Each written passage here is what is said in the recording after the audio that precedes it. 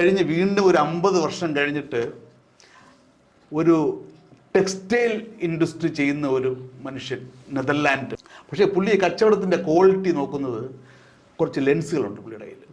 ഇത് നല്ലതാണോ ചീത്തയാണോ? പുള്ളി ഒരു ദിവസം ഈ ലെൻസ് എടുത്ത് സ്വന്തം വായിൽ വെച്ച്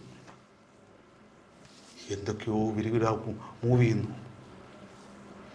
പുള്ളി അത്ഭുതപ്പെട്ടു പോയി. പുള്ളി പറഞ്ഞു, എൻ്റെ ജീവിതത്തിൽ ഞാൻ കണ്ടിട്ടുള്ള ഏറ്റവും സുന്ദരമായ നിമിഷം ഇതാണെന്ന്. I am seeing something. അതിന് പുള്ളി കുറിച്ച പേരാണ് അനിമൽ ക്യൂൾസ്. പുള്ളി വായിൽ നോക്കി, പുള്ളിയുടെ മലത്തിൽ നോക്കി, അടുത്ത് കണ്ട പുഴയിൽ നോക്കി, ചീഞ്ഞ വെള്ളത്തിൽ നോക്കി, ഇവിടെ എല്ലാം പുള്ളി എന്തോ സാധനം കണ്ടു.